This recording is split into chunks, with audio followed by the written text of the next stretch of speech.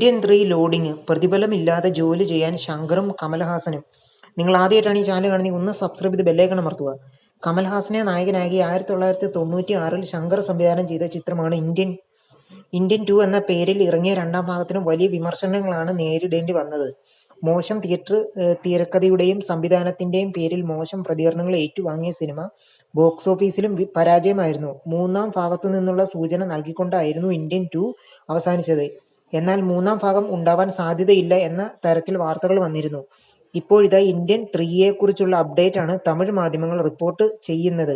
മൂന്നാം ഭാഗത്തിന്റെ ചിത്രീകരണം ഉടൻ ആരംഭിക്കുമെന്നും ഇതിൽ പ്രതിഫലമില്ലാതെ പ്രവർത്തിക്കാൻ കമൽഹാസനും ശങ്കറും തീരുമാനിച്ചതായാണ് റിപ്പോർട്ടുകൾ സൂചിപ്പിക്കുന്നത്. ഒരു പാട്ടും ചില സീനുകളുമാണ് ഇനി ചിത്രീകരിക്കാൻ ബാക്കിയുള്ളത്. ചിത്രത്തിന്റെ ഷൂട്ടിങ്ങിനെയും റിലീസിനെയും സംബന്ധിച്ച പ്രശ്നങ്ങൾ നടൻ രജനികാന്ത് ഇടപെട്ടെന്നും ഇതാണ് സിനിമയുമായി ചിത്രീകരണം പുനരാരംഭിക്കാൻ കാരണമെന്നും തമിഴ് മാധ്യമങ്ങൾ റിപ്പോർട്ട് ചെയ്യുന്നു.